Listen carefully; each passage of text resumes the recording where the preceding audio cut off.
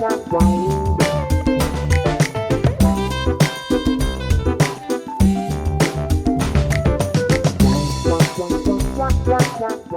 I'm Tom. And I'm John. And we're the co-founders of Handsome Frank Illustration Agency. In this series, we'll be sitting down and talking to our illustrators, finding out more about them, their artistic process, and the creative industry we work in. Welcome to our podcast. So today we're talking to Matt Saunders. Matt is an artist who has been with us since the very start, and I think it's fair to say his work has probably changed and evolved more than anyone's. It's been amazing to sort of go on that journey with him and see how it's developed, and he's creating some amazing work at the moment. And also you'll notice there's another voice on this podcast, and that's James Hancock. So if you don't know, as well as our illustration agency, we also run a photography agency called Hancock and Handsome. So if you don't know anything about that, do go and have a look. James lent us his place on a nice sunny day in Stoke Newington, and we sat down and talked to Matt about his work, his process, and how he's changed over the years.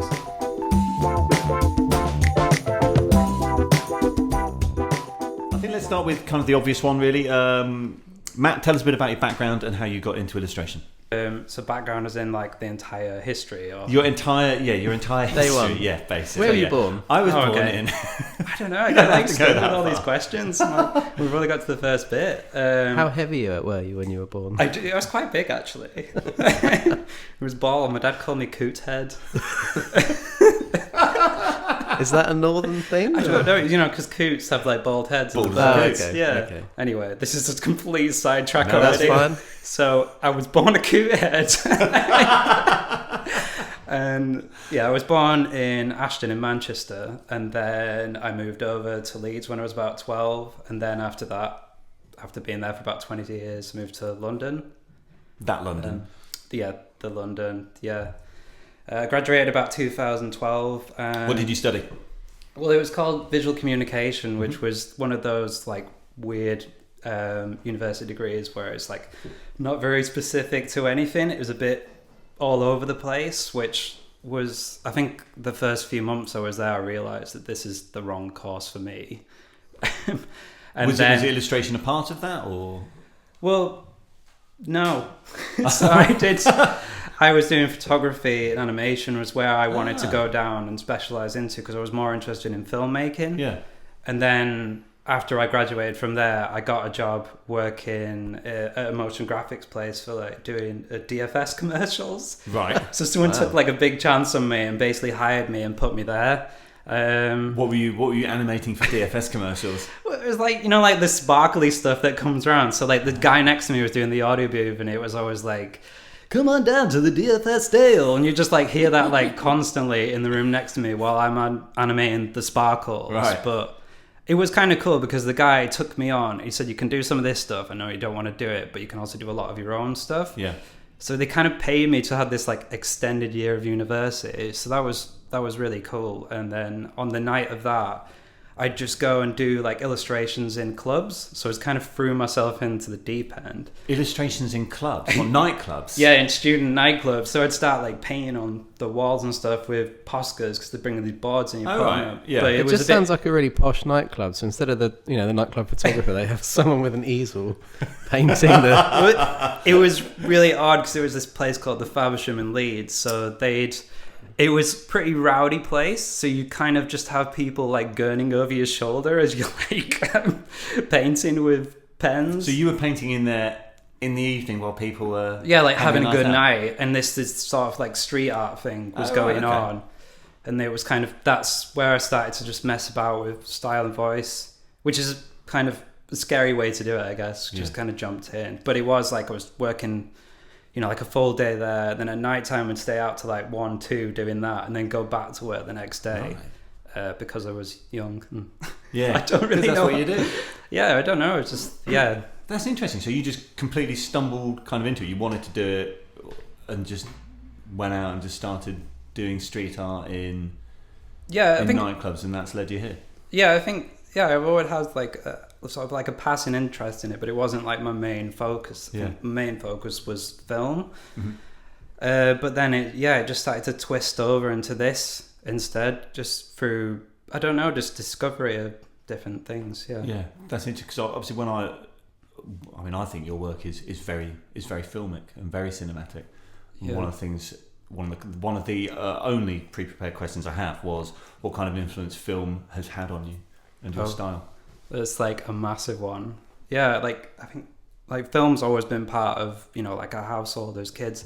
My dad just used to rent us videos all the time. We used to go down to this place called Jubilee Videos in Ashton. It was just like wall to wall of, the video cassettes, and he'd just be like, grab what you want. It wasn't very like policed of what we could watch. So, at like 9 or 10, I was watching like Mad Max, RoboCop, all these like very inappropriate films for a 10-year-old. But my dad was like, he seems fine. It's all right. Like, but yeah, like we used to just sit for hours and rewatch those things. And then as I got older, like became like a teenager, I moved schools a lot. So when I started school when I was 16, I didn't really have a lot of friends at the place I was at. So I used to just go to the cinema on my own, which is really sad, on a Friday night being like a 15-year-old. And I'd watch like films that were probably a bit too far advanced for me, like Michael Mann's like Insider. And I think that year, 99, that was the year when I just went on a run of just watching all these films on my own.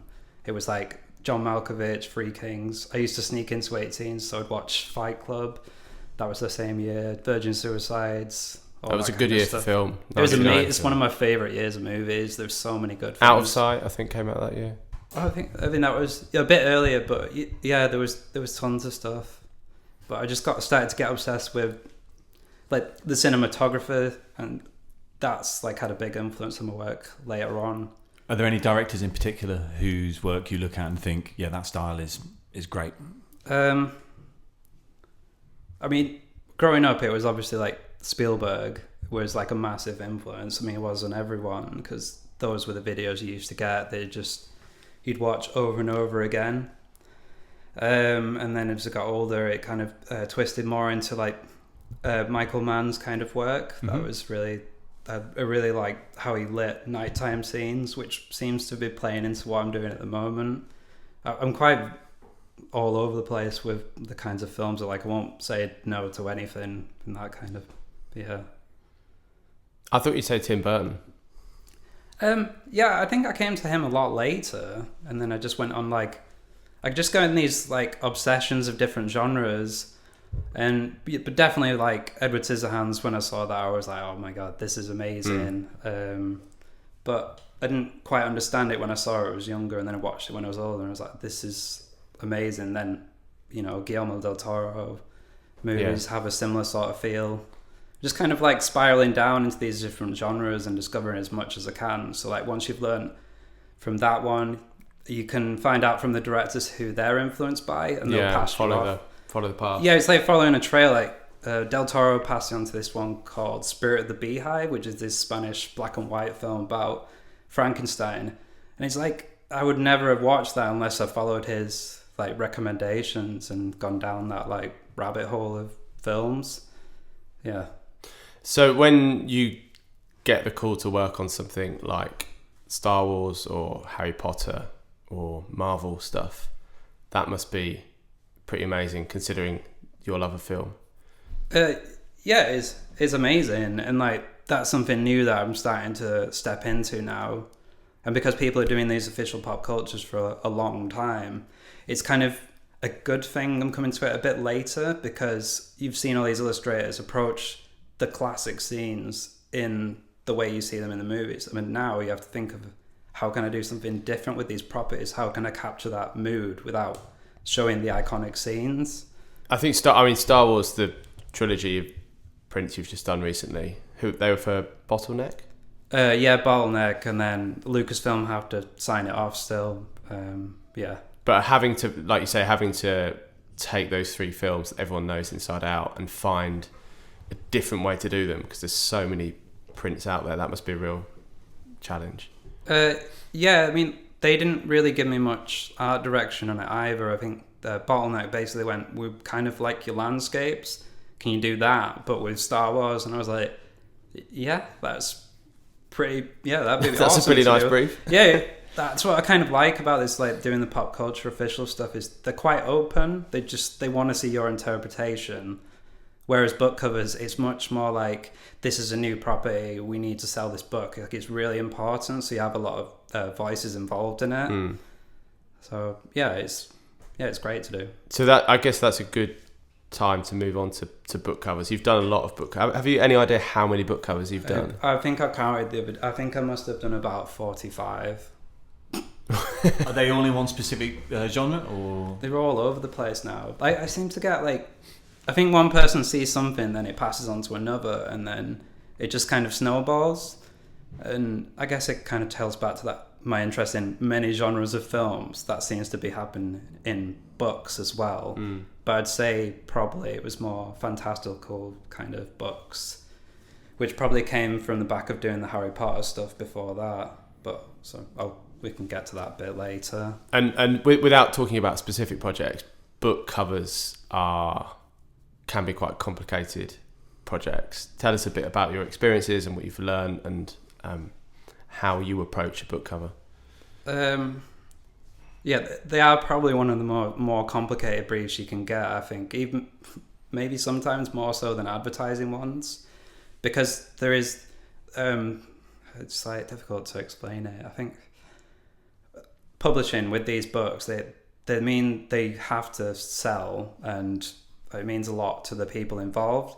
So they want to be able to make that as marketable as possible. So you have to be like quite patient with them.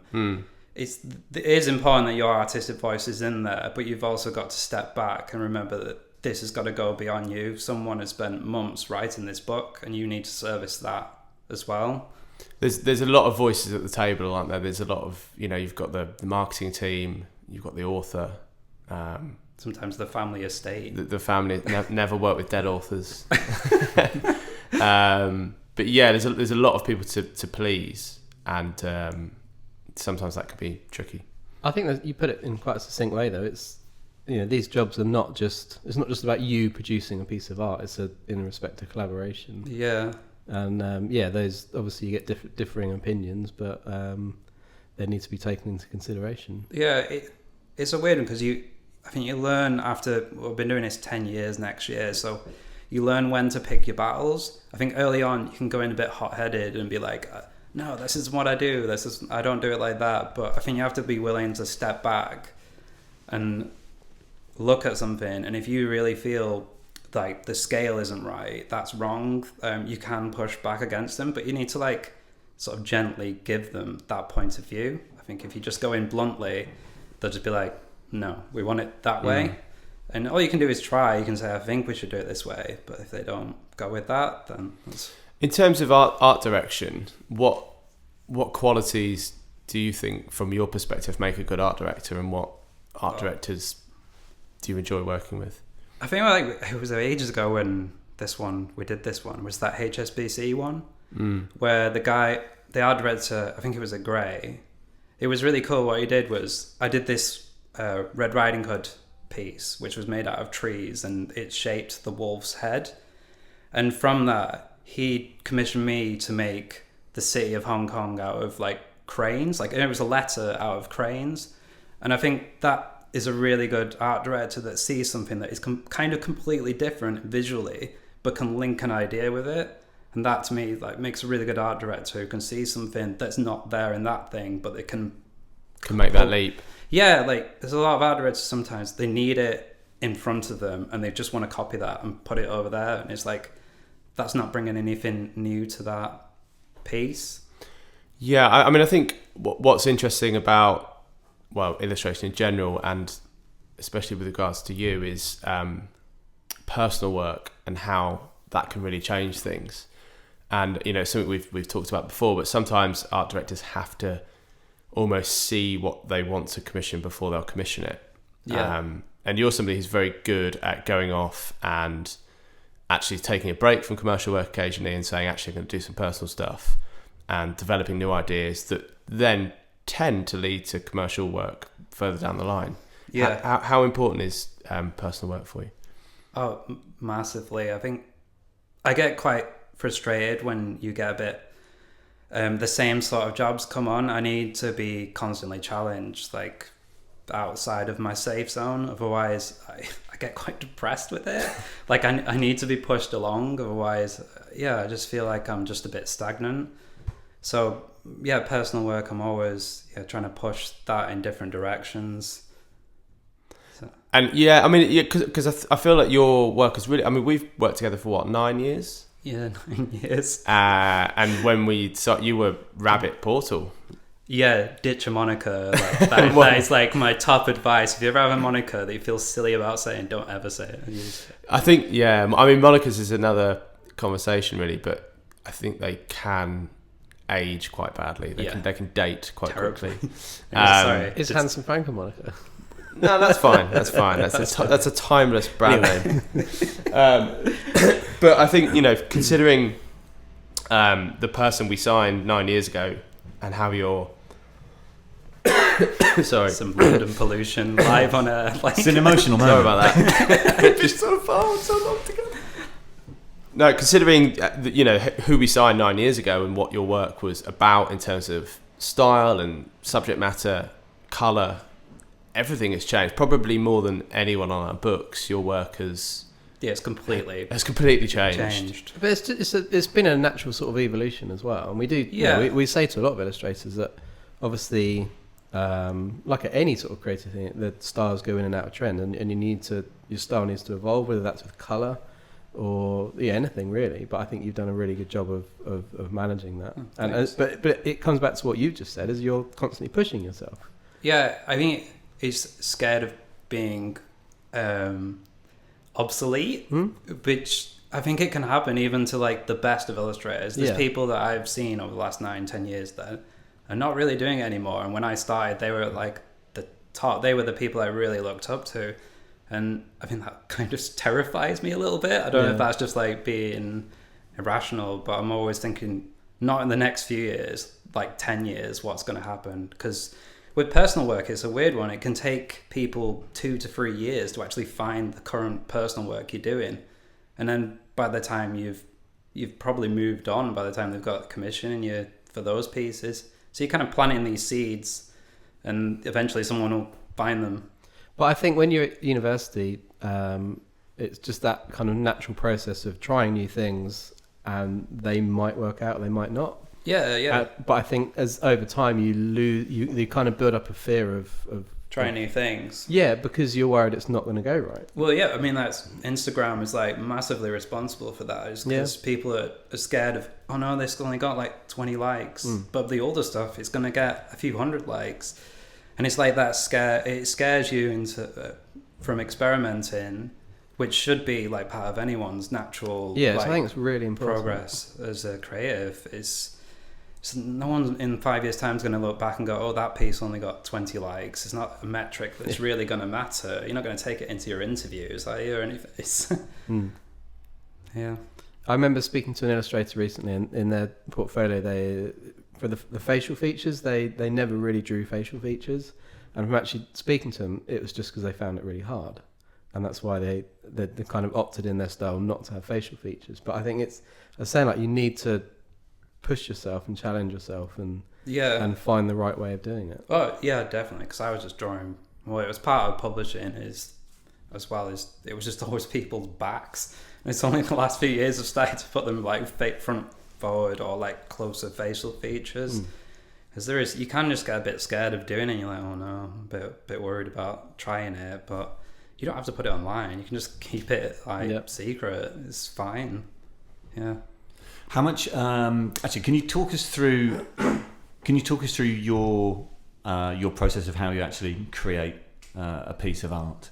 How much of it is on software? How much of it is on paper and pen? I think last year I would have told you it was basically all hand drawn down, and how I used to work was I'd have it on layout pad, and then I've got a light box, so I draw.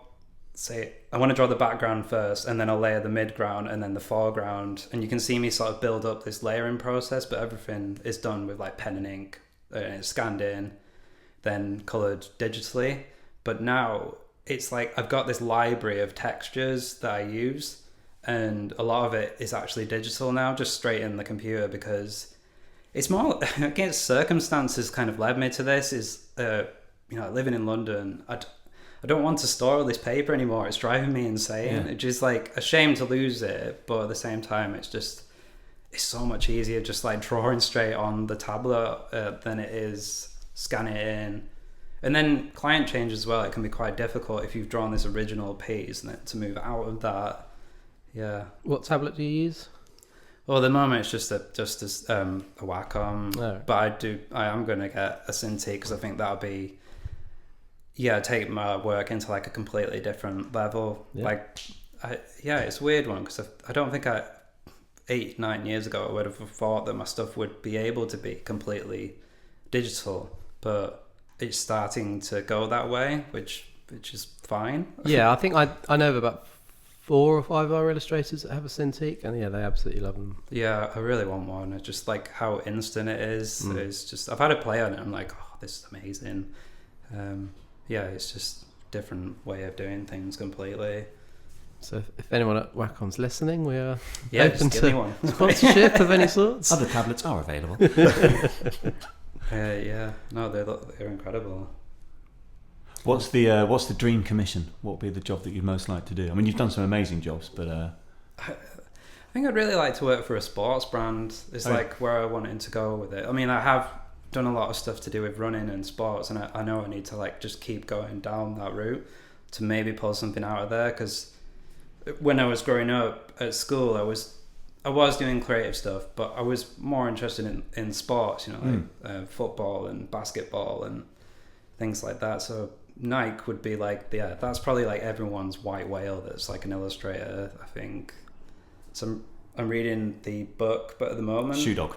It's amazing. It's just like such an adventure, his life story of how he developed the company, and I've just, I think that's my company I'd love to do something for. I seem to remember you saying when we met up in New York that you were going to run a half marathon with me, and that still hasn't happened. It didn't happen. Still got time. It's my knees. Like I can't really run as much anymore because I think I went for a breakup and I went a bit crazy and did like a 10-mile run like 5 years ago, and then my leg just got popped, and I was like, love hurts. New York. That's a city you love, right? I've done a lot of pieces based on New York already. I don't know what it is. I just get there and I'm just like, I get this like energy straight away as soon as I get out off the plane. I'm just really inspired. It's where the light is there. It's just like nowhere else. The way it hits buildings and where do you normally stay? The Lower East Side is like my favorite part of New York. I always kind of know where in the world you are, even if I don't know, from what the pictures you post on Instagram that you're creating. I think you're somebody that's really inspired by travel. Yeah. So when you go back to Yorkshire, I can kind of tell because the posts change and you're more inspired by the countryside. And how important is travel to you? Is it something that's kind of... Oh, yeah, massively. Someone's coming outside.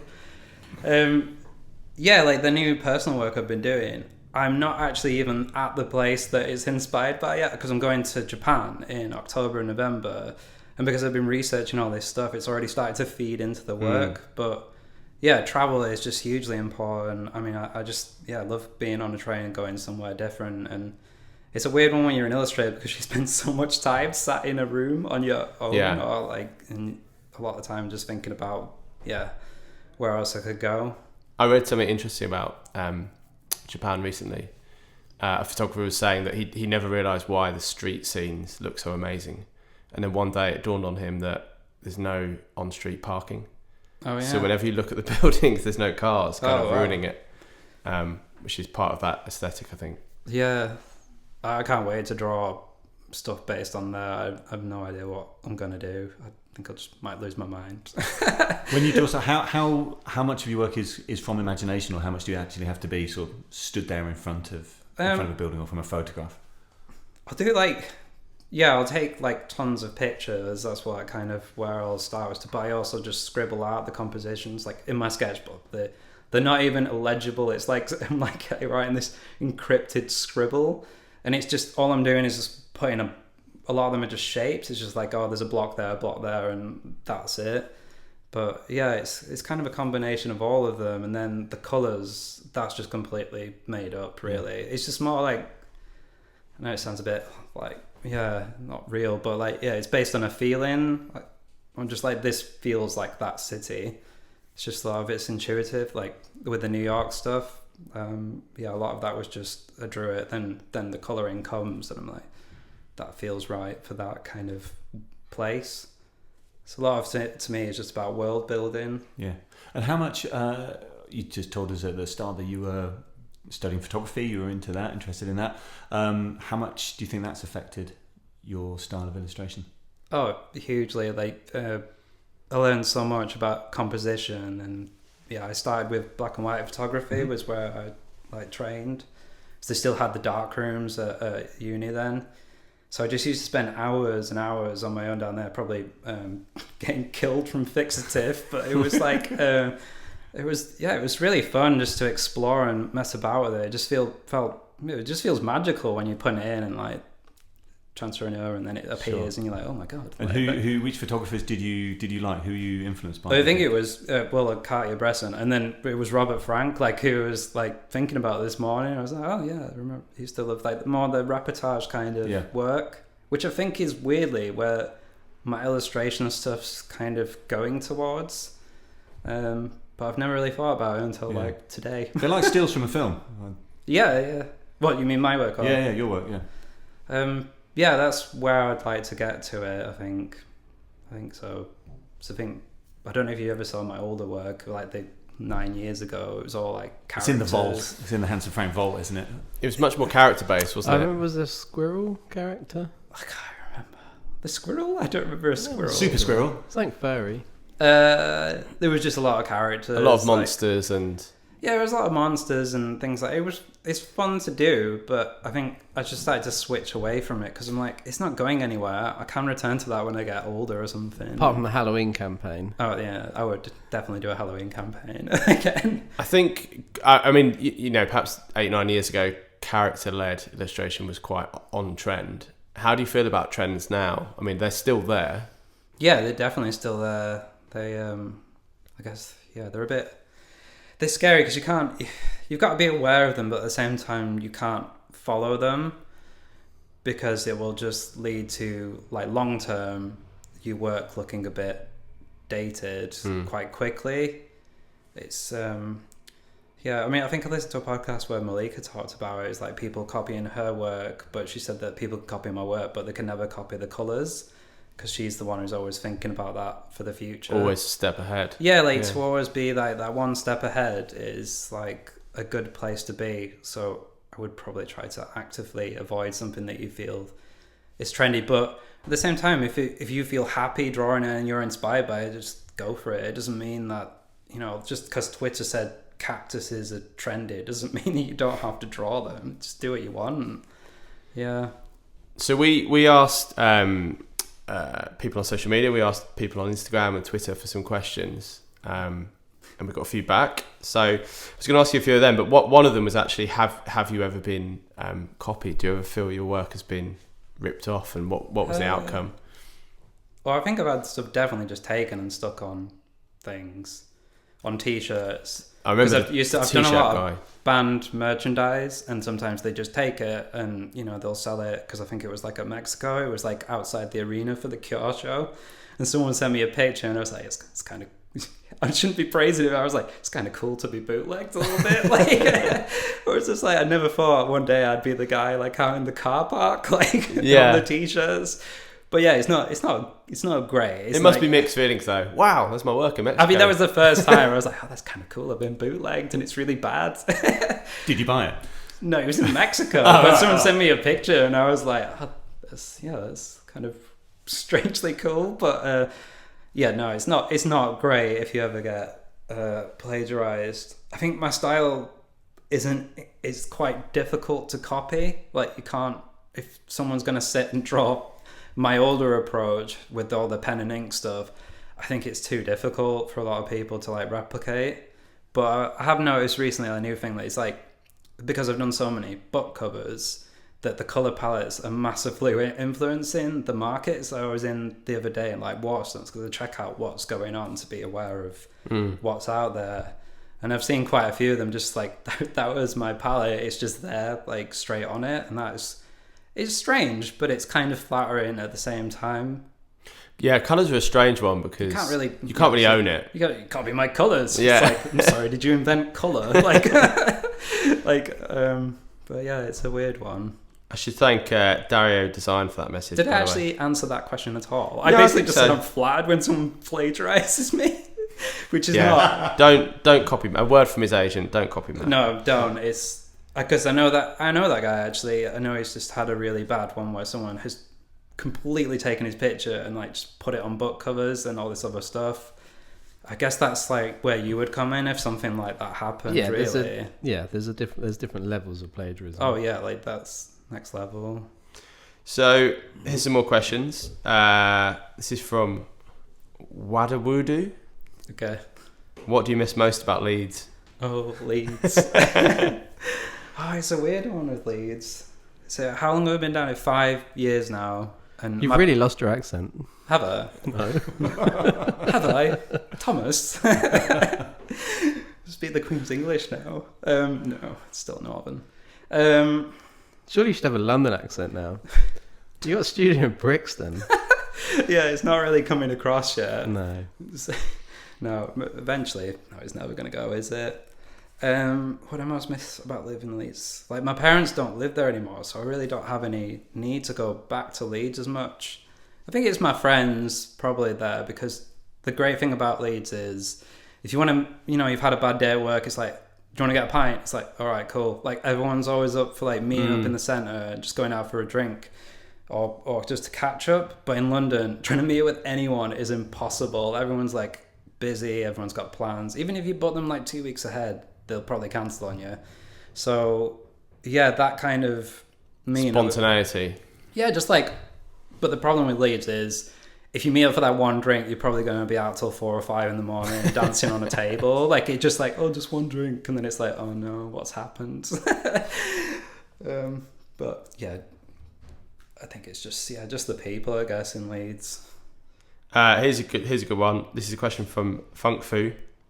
I think I know the answer to this. What's your favourite time of day? What time of day? Yeah. Well, I was thinking based on on a lot of your work. I might know this one. Do like magic hour kind of time, like just that dusky kind of bit where it's just about, is that what you're for? Yeah, that's what I was thinking. Yeah. Yeah, it's just amazing, like that kind of time of day, especially in somewhere like Yorkshire when you're out there and it's just, if you're near the sea or anything, just the light, the way it goes across, it's just nice. Pavlov Visuals asks, do you ever run into creative block? And if so, how do you get past it? I was going to say, like, I think this year has been the first time that I've sort of hit like a kind of a block with stuff, because I was just swinging from one job to the next and it was just like constant. And then I realized at the end of that, I was like, I think I'm a bit burnt out. Like, I think I've done too many jobs, which kind of stopped me from, wanting to do my own personal work, which is a weird one. So then to kind of combat that, like I've challenged myself with something completely different that I've never done before, which is I've not announced this before, but I'm making a game. Official announcement. Yeah, can't tell you what it is, but I am doing a game. So that's what I do to combat creative block, is basically throw a ridiculous challenge at myself, and it has been. So I've been doing that for about 4 or 5 months now. So what can you tell us about that? It can't tell us anything. No. Is it a board game? No, it's not a board game. It's like it's potentially like a Switch and mobile game thing. Right. But we have been working on it a lot. It's probably one of the hardest things I've ever done. Like, it's so difficult. But it should be fun if we manage to finish it. Do you see that as potentially where you'll go in the future in terms of work?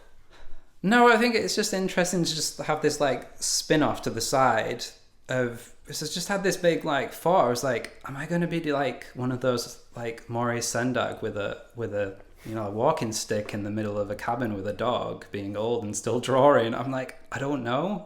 It kind of scared me to think about what am I going to do when I'm 70? Am I still going to be drawing? And I just started to think with doing a game, this is a completely different offshoot of where I can art direct projects and, you know, use these skills that I've learned over the years to get other people together and make projects that are, you know, beyond what I am capable of and outside of my safe zone. It's nice to have those as things on the side, though. I think with the whole sort of startup culture, I think some people feel that it's either all or nothing attitude with a a sideline, and it doesn't have to be that. You could be doing 2 or 3 things at the same time and just see where they take you. Yeah, I'm all about side hustle. I made do you remember the spacebar stickers? Tell us. I do remember.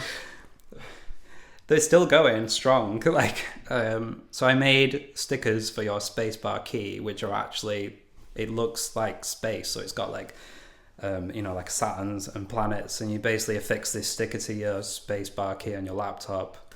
And it went ridiculous. I can't remember what happened. It got featured on like BuzzFeed and Reddit, and then it just like blew up. And then since then, it's, it still pays me every single month to do that. I'm waiting for you to plug it to see where it's. Where can you buy it, mate? Well, I've never really plugged it. That's what's been good about it. Is like because it's so good of like a promo. People stick it on their laptop and they take a picture and put it on Instagram, and it was like, "Where'd you get this?" And then they just direct them to it. And I've never really ever bothered to push it, but you can if you just search spacebar. It comes up, spacebar sticker. It comes up.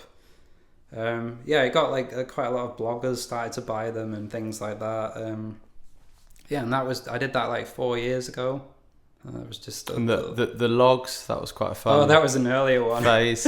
That wasn't a very, but it did okay. But I paid on, what was it, logs? Yeah, I got some logs. It was at the time, I hadn't even talked about this. Like, I had to move. I was in San Francisco working at Juxtapose magazine, and then I had to come back to England, and I was basically broke, and I had to stay at like my parents' house for a few months, and I was like, I don't know how I make money. And then I would just like, and they had some logs, like dried wood by the back door, and I had some Posca pens, and I started to paint like faces on them, like sleepy logs, and then I put them online, and they started to sell, and I was like.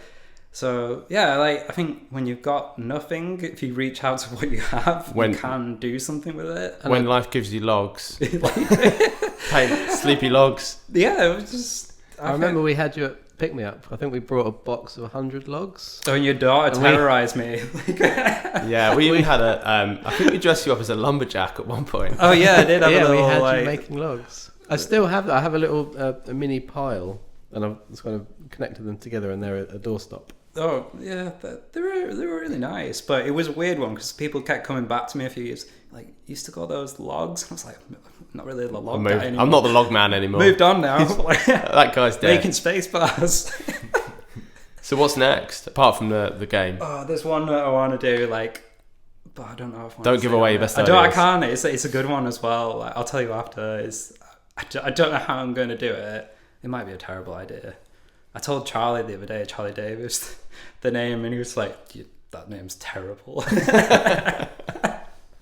But, I'll tell you after. Okay. Just being coy again. Well, it's good to hear your bouncy ideas off fellow Handsome Frank minds. Yeah. No, maybe you should collaborate with him. Yeah, I think he's busy. Did you want to do the bed in space story? Is that going to spoil our talk? the legend. Legendary. So me and Tom have been doing a few talks this year. We went to Off and a couple of other places. We've been talking about how to brief an illustrator, and the fact you need to be very clear when you're briefing somebody, because if there's any room for misinterpretation or misunderstanding something, then that quite often will happen. And the bed in space story, which maybe you should tell. But this is the example we use in our talk about when you were asked to draw the bed in space. It's like really simple, though, isn't it? It was an editorial piece for like, I think it was like a teaching or science thing. I can't remember. It was a US magazine. Yeah, and they basically there was no real full brief, was it? It just basically said we want Matt to draw a bed in space, and then I roughed it out and sent it back, and I drew a bed in space, quotation marks, but space being cosmic, so it's like flying with like planets around and everything. And I was like, but then they fed back and they were like, oh, we meant a bed in like a room, like an empty space. A bed in a space. In a space. And yeah, that was a big learning thing, is like, if you don't get a very specific brief, because I think Martina said this as well, especially with people who like, it's not their natural like language. She said if you get like language mix up, because in England, well, like English is just two words can mean the same different thing. Oh, absolutely, yeah. It's you just need to be very. I know it sounds stupid, but yeah, bed in space. And maybe that's commission's going to come in. Like, so if anyone's listening, if you need a bed in space, you did keep. I remember in the final illustration, outside of the space. Outside of the window there was a little moon and some planets. There was a little nod to space. To what had been. The art director found it very amusing. Yeah, she pinned it on a wall. She took a picture and put it on a wall in front of her. So she probably, that brings her joy every day, so that was positive. It's a lesson learned. Can you tell us about Harry Potter?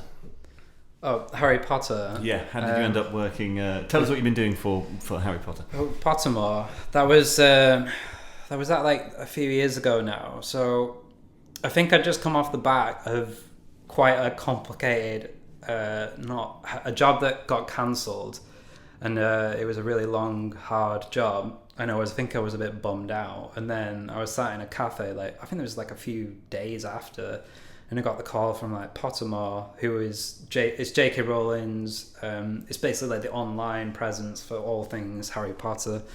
And they asked me to come in for a talk, and I was like, oh, okay. Like, so yeah, I went in and they briefed me that they were basically redoing the whole of the Pottermore website and making it slightly different. And they wanted me to illustrate the sorting quiz. So if you're into Harry Potter, or if you don't know what the sorting ceremony is, it puts you into the different houses of Hogwarts. And I had to do all the backgrounds for this quiz. But it was a really complicated job because there was no brief. There was about 20 odd different questions. They had 3 weeks to do this all. And I had to interpret every single one of those questions that J.K. Rowling wrote into these illustrations. So there was no visual brief for any of this stuff.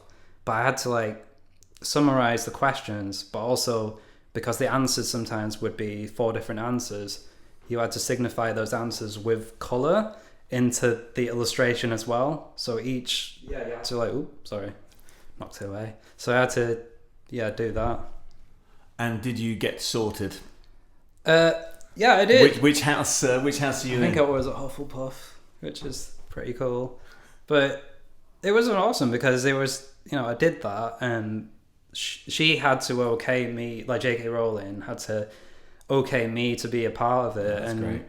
When it came to the American one, when they did the Fantastic Beasts, she asked that I would be the one to do the next part, which is like amazing. I never thought I would be a part of that world and like contribute something to it small like that, but it was really fun. Yeah, that's great. It was hard work though, and I learned a lot from it because I think at the time I had this schedule of like, was I getting up at 6 a.m. and finishing at 3 a.m. That was the only way to get that done because it was 3 weeks. I wouldn't do that again because I think the boundaries kind of got pushed a bit blurred too much on that one. So it was great to do, but I think that like maybe excitement got a bit carried away with it, and it because at the end of it I was just so tired. So I was just like, I can't do anything else. Yeah, cool. Before we go then, I'm just going to ask you, now that you're basically a Londoner now, right? You've lived here halfway. I thought it was 10 years now. Okay. So I was going to ask you where you go in London for inspiration. Well, I live near Hampstead Heath, and that's like a big place to me to go to. It's kind of like, it feels like home away from home a lot of the time. So in summer at the moment, you can go swimming in the ponds, which is awesome. So I go there like most weekends. And then, places like Richmond are great with the woods and the stags and stuff. Basically, I'm trying to capture Yorkshire and go to Yorkshire places in London, which is a bit ridiculous. But Yeah, I like that kind of stuff. It's just the outdoors and always exploring. And the new thing I'm doing is like getting the train out of London and going to like, the coastal sort of areas as well. But yeah, I don't know if that answered the question, did it? No, it's good. It's good. I thought you were gonna. There's a graveyard that Highgate. Yeah, Yeah. yes, I've been there too many times now. Yeah, there's Highgate Cemetery is amazing. It's like Karl Marx is buried there, and Have you seen Patrick Caulfield's grave there? no, I haven't. He's got the letters DEA. Oh yeah, I have seen sculpted that. out Sorry, on his yeah. gravestone. The Malcolm McLaren's with his head. What's he got? He's got a bust of his head. Yeah, it's just like his head, like looking down at the ground. It's a bit weird. I saw someone like who runs a podcast, and they had a friend who was Japanese, and he was a big punk fan, and he went there trying to find Sid Vicious's grave, but his Sid Vicious died in New York, so he wasn't. He came all the way, and he had a rose in his hands. So they brought in Japan podcast. It was quite funny to me. Felt a bit sorry for him. That's quite tragic about that. The whole your love of film. How was it when we made a film about you? Oh, Well, you kind of made a film about yourself. I was quite hands on with that one because I used to do more like film and production. I used to do like music videos and things like that. So with this one, I was like, I kind of had quite a clear idea of what I wanted to do, and I wanted to make it quite fast and energetic and be split between like where I'm from and where I live. So it was quite ambitious for how the time I had, but it was really fun to do and get all my friends involved and basically ask for a lot of favors to do them as well. I think for me, it resonated really closely with your work and how you'd kind of work that in with the angle, the perspective and the angles and stuff. Yeah, that was important for me to do because I didn't want it to be. And the transitions with the skateboard. There was tons more, and it just got a bit. It was so complicated to remember to do them as well, and you're like, oh yeah, we need that because it was very off the cuff kind of shooting and stuff. But yeah, it was important to try to get my work put into it. Sometimes like biofilms can be just someone's in their studio and they're just filming and drawing, and that's fine, but I kind of wanted something that would play over and capture everything. Yeah, so for people that don't know, we make films about our illustrators, and it just sort of captures them, their work, their process. So if you want to have a look at those, just Google A Little Film About and you'll find them. It's a good plug. Thank you.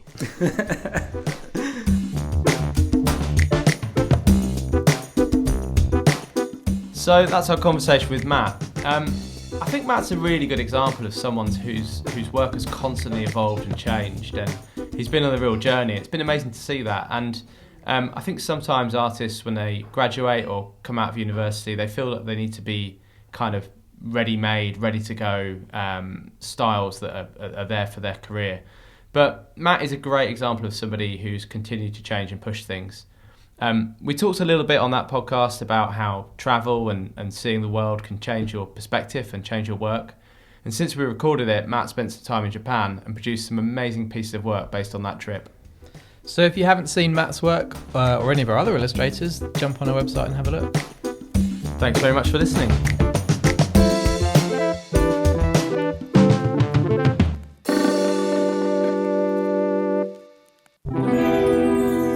Handsome Frank.